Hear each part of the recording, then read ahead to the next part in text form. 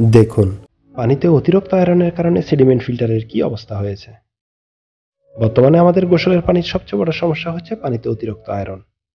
অতিরিক্ত আয়রনের কারণে আমাদের চুল রুক্ষ হয়ে যাচ্ছে, আমাদের চুল উঠে যায় এবং চর্মের বিভিন্ন ধরনের সমস্যা দেখা দেয়।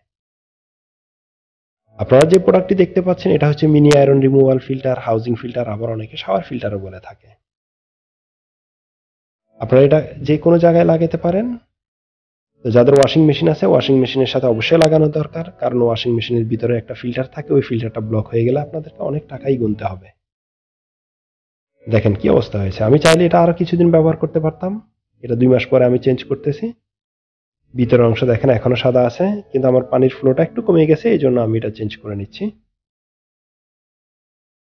আমরা এখানে পানিটা বন্ধ করে আপনারা কলটা খুলে নেবেন এবং ওয়ালে আপনারা জয়েন্ট নিপেলটা লাগিয়ে দেবেন। আর হাউজিং হেডের এক পাশে ইন লেখা থাকে, এক পাশে আউট লেখা থাকে। ইন পাশটা সবসময় ওয়ালের পাশে দিবেন এবং আউট পাশটায় আপনারা কলটা লাগিয়ে দিবেন।